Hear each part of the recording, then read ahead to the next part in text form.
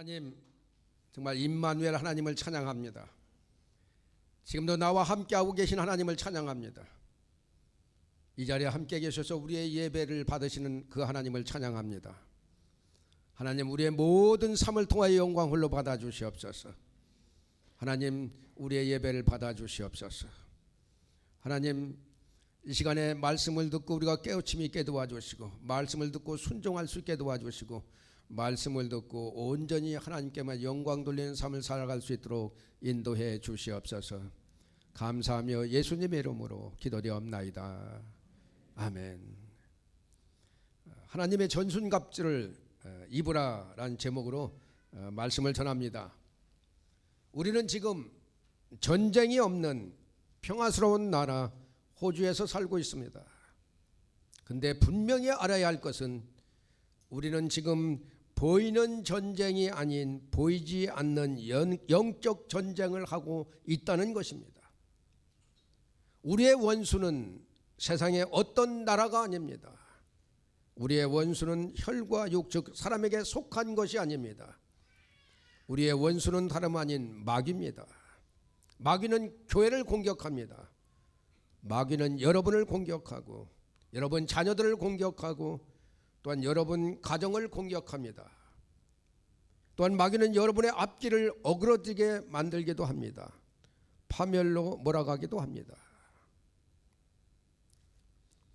우리가 영적 전쟁에서 승리하려면 하나님의 전신갑주를 입어야 합니다. 마귀는 아주 교활합니다. 간악합니다. 대단히 간사합니다.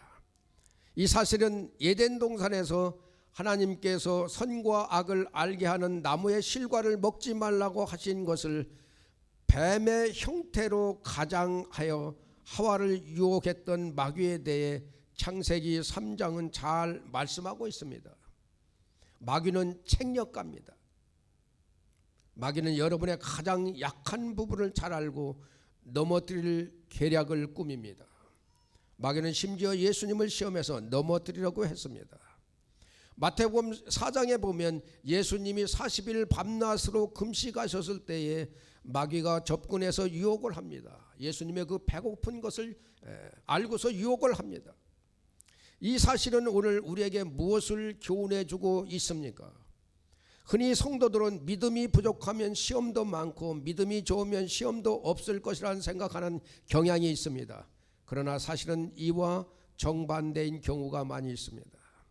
즉 믿음이 적으면 시험도 적고 극단적으로 믿음이 전혀 없는 불신자들에게는 시험이 없을 수 있다는 것입니다. 왜냐하면 사탄은 불신자에게 아예 시험할 필요를 느끼지 못하기 때문입니다. 그러나 반대인 경우는 어떻습니까? 예를 들어 초신자의 경우는 그저 자신만의 일만 생각하면 되고 또 시험도 그 정도의 수준에서 그치지만 여러분 집사라든지 권사라든지 장로의 직분이 주어지고 맡은 책임이 크면 클수록 감당해야 할 일의 범위도 넓어지고 또 그만큼 시험거리도 많아지는 것을 볼 수 있습니다. 그러므로 여러분의 사명의 크기와 시험의 크기가 비례한다는 사실을 기억해야 합니다. 여러분은 지금 어떤 마귀의 공격을 받고 있습니까? 어떤 시험이 있습니까? 어떤 고난이 있습니까? 하나님의 전신갑주를 입음으로 마귀와 싸워 승리하는 저와 여러분 되시기를 예수님의 이름으로 축원합니다. 그러므로 하나님이 크게 쓰시는 참 그릇으로 성장해가는 저와 여러분 되시기를 예수님의 이름으로 축원합니다. 하나님의 전신갑주를 입기 위해 우리가 깨닫고 실천해야 할 것이 무엇입니까? 첫째는 우리는 연약합니다. 그러나 주 안에서 강해질 수 있다는 것입니다. 본문 10절 말씀은 인간의 절대적 연약성을 전제로 한 말씀입니다. 인간은 연약합니다. 그렇습니다. 인간 실존이 강할 수 없습니다. 오늘날 사람들이 왜 불행합니까? 이러한 자기의 연약성을 모르기 때문입니다. 자기의 연약함을 인정하려고 하지 않기 때문입니다. 언제든 자기의 힘으로 설 수 있으리라고 생각합니다. 하지만 마음은 불안합니다. 고독합니다. 무언가 허전합니다. 그래서 혈연, 지연, 학연 등으로 사람을 엮습니다. 거대한 이기적인 집단을 엮어냅니다. 거기에 의존합니다. 그것을 자신의 안전망으로 생각합니다. 하지만 그렇다고 그것이 우리의 안전을 보장해 줍니까? 아닙니다. 시편 146편 3, 4절에 이렇게 말씀합니다. 귀인들을 의지하지 말며 도울 힘이 없는 인생도 의지하지 말지니 그의 호흡이 끊어지면 흙으로 돌아가서 그날에 그의 생각이 소멸되리라. 그렇습니다. 우리는 사람들을 혹은 내가 스스로 강하다고 이루어 놓은 그 어떤 것을 의지해서는 안 됩니다. 내가 생각할 때 튼튼하다고 여기는 것들이 무너지면 허망할 뿐입니다. 돈이든 명예든 권력이든 건강이든 이런 것들은 반드시 무너지게 되어 있고 그 허망함은 이루 말할 수가 없는 것입니다. 그런데 바울은 그렇게 연약한 우리가 강건해질 수 있는 비결을 말씀하고 있습니다. 그 비결이 다름 아닌 주 안에서와 그 힘의 능력입니다. 그렇습니다. 비결은 예수 그리스도와 그 힘의 능력에 있습니다. 다른 길은 없습니다. 히브리서는 예수님을 가리켜 온전케 하시는 이라고 했습니다. 또한 사도 바울은 내게 능력 주시는 자 안에서 내가 모든 것을 할 수 있느니라고 했습니다. 성도가 강건하게 되는 비결은 우리 구주 예수님 때문입니다. 그가 우리에게 끊임없이 능력을 공급해 주시기 때문입니다. 사랑하는 성도 여러분, 여러분은 이 사실을 믿습니까? 그렇다면 늘 주님을 바라보시기 바랍니다. 우리는 약한 존재입니다. 언제 어떤 구렁텅이에 빠질는지 알 수 없습니다. 삶 속에서 주님만 바라보시기 바랍니다. 주님만 의존하시기 바랍니다. 주님이 우리를 지키시는 능력이 있음을 믿으시기 바랍니다. 우리는 주님으로 인하여 강해져야 합니다. 주님 안에 있을 때 절대로 약해질 수가 없는 것입니다. 하나님은 우리에게 이렇게 말씀하십니다. 두려워하지 말라, 내가 너와 함께함이라. 놀라지 말라, 난 네 하나님이 되매라. 내가 너를 굳세게 하리라. 참으로 너를 도와주리라. 참으로 나의 의로운 오른손으로 너를 붙들리라. 하나님은 우리가 고난 가운데 있다면 그냥 내버려 두지 않습니다. 항상 우리와 함께 하십니다. 결코 우리를 버리시거나 외면하지 않으십니다. 항상 우리와 함께 하십니다. 결코 우리를 버리시지 않는다는 겁니다. 아파하고 괴로워할 때 같이 아파하고 괴로워하시는 분입니다. 그래서 우리는 하나님을 임마누엘의 하나님이라고 부르는 것입니다. 마태복음 28장 20절에도 내가 세상 끝날 때까지 너희와 항상 함께 있으리라고 말씀하셨습니다. 히브리서 13장 5절에도 내가 결코 너희를 버리지 아니하고 너희를 떠나지 아니하라고 말씀하셨습니다. 실제로 주님은 성령을 통하여 우리와 함께하고 계십니다. 즉 전능하신 하나님께서 우리를 능하신 손과 발로 붙들어 주시는 것입니다. 그러므로 두려워하지 마시기 바랍니다. 당황하지 마시기 바랍니다. 결국 승리는 전능하신 하나님의 도움을 힘입어 우리의 것이 될 것입니다. 주 안에서 강해지는 저와 여러분 되시기를 예수님의 이름으로 축원합니다. 둘째는 우리는 누구나 마귀를 대적할 의무와 당위성이 있다는 것입니다. 본문 11절은 마귀에 대한 성도의 대적을 전제로 우리에게 주시는 말씀입니다. 여러분은 이 사실을 알고 계십니까? 성도들 중에는 마귀를 대적하는 것은 목회자나 혹은 어떤 은사자들이 하는 것이라고 생각하는 분들이 있습니다. 그러나 그렇지 않습니다. 목회자나 은사자에게만 해당되는 말씀이 아닙니다. 우리 모두에게 주시는 말씀인 것입니다. 그러면 우리는 마귀를 대적해야 됩니까? 바로 마귀의 관계 때문입니다. 여러분 마귀에 대해서 얼마나 알고 계십니까? 마귀에 대해서 어떻게 알고 계십니까? 마귀는 대단한 능력을 가지고 있습니다. 세상 공중 권세를 잡은 자입니다. 욥기를 보면 마귀는 자연을 제 뜻대로 움직입니다. 사람을 질병에 걸리게 합니다. 참 사람의 생명도 해할 수 있습니다.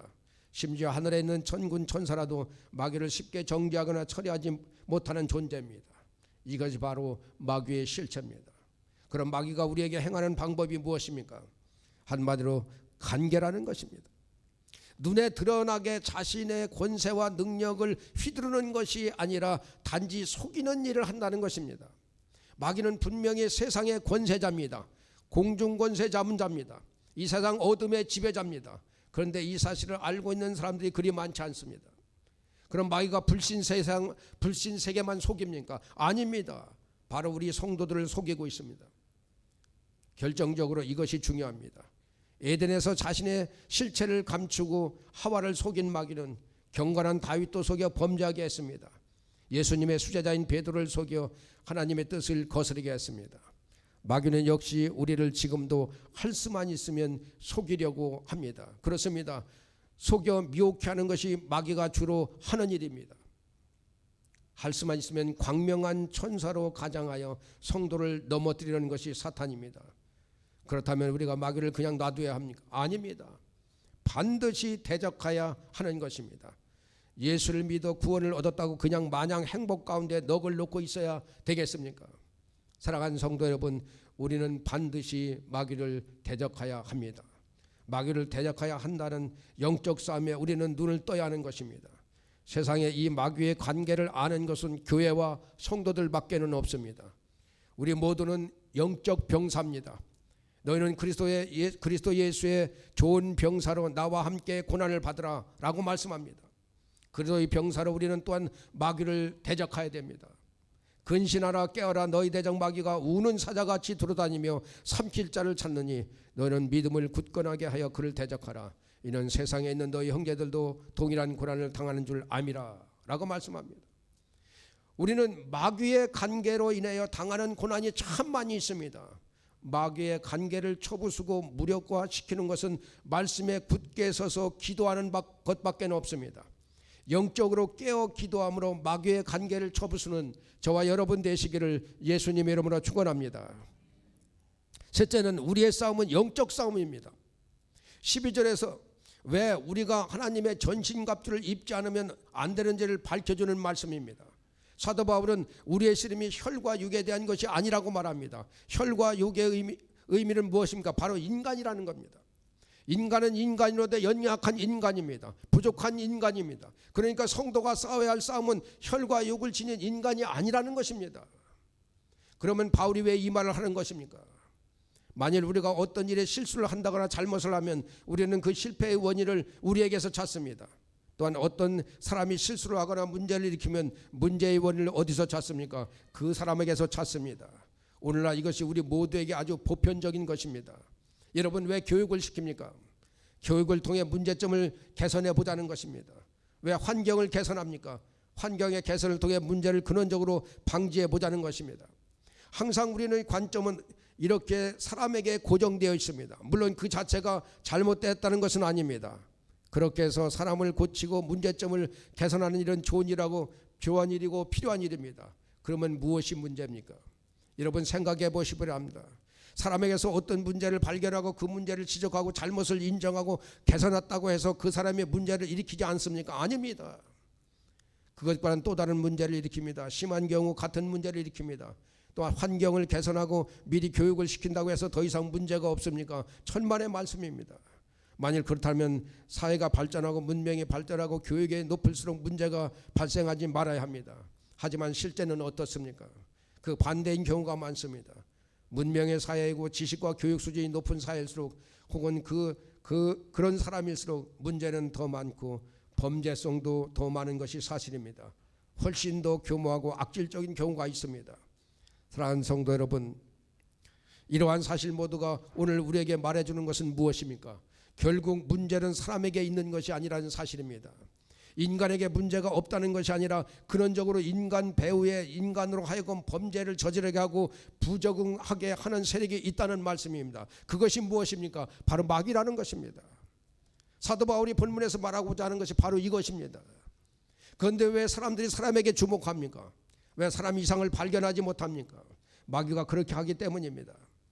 그렇게 우리들을 교묘한 방법으로 속이기 때문입니다. 항상 자신을 주목하는 대신 인간을 주목하게 만들고 거기에서 문제의 해법을 찾도록 만들기 때문입니다. 그러므로 사랑하는 성도 여러분, 여러분 마귀에게 속지 마시기 바랍니다. 만일 여러분이 신앙생활을 하다가 실수를 했다면 물론 그것은 여러분의 문제입니다. 하지만 동시에 그것은 마귀의 문제입니다. 그러므로 자신을 정죄하는 방식으로 해결하라고 해서는 안 됩니다. 마찬가지로 만일 어떤 사람이 여러분에게 실수를 했다면 그것은 그 사람의 문제지만 동시에 마귀의 문제입니다. 만일 여러분의 마귀의 존재를 참 인식하지 못하고 그 사람과 대립하고 그 사람에게 복수하고 그 사람을 미워한다면 그 역시 마귀에게 속는 것입니다. 사랑하는 성도 여러분, 오늘 말씀에서 우리에게 주시고자 하신 말씀의 의미가 무엇인지를 아시겠습니까? 우리의 싸움의 대상은 고작 연약하기 이를 데 없는 인간이 아니라는 것입니다. 영적으로 눈을 뜨시기 바랍니다.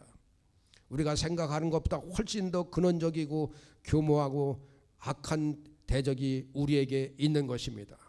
사실 영과 육은 분리되어 있는 것이 아닙니다. 영적 싸움에서 패배할 때 우리의 인생은 패배자가 됩니다. 반대로 영적 싸움에서 승리할 때 우리는 인생의 승리자가 되는 것입니다. 영적 싸움에서 승리함으로 실제의 삶 속에서도 승리하는 인생 되기를 예수님의 이름으로 축원합니다. 마지막으로 우리가 가장 먼저 무장해야 할 것은 진리의 허리띠입니다. 14절부터 사도 바울은 성도가 취해야 할 바로 전신갑주에 대해서 하나하나 소개하고 있습니다. 그 가운데 첫 번째 것이 바로 허리띠에 대한 소개입니다. 사도 바울이 이렇게 허리띠에 가장 먼저 소개하고 있는 데는 타당하고 중요한 이유가 있습니다. 그 당시에는 오늘날 목사가 입는 가운과 같은 이렇게 치렁치렁한 옷을 입고 있던 시대였습니다. 생각해 보시기 바랍니다. 아무리 힘이 좋고 좋은 무기를 갖춘 장수를 할지라도 참 이렇게 헐렁한 옷을 입고 참 어찌 적과 대적해서 한번 힘을 제대로 써볼 수 있겠습니까?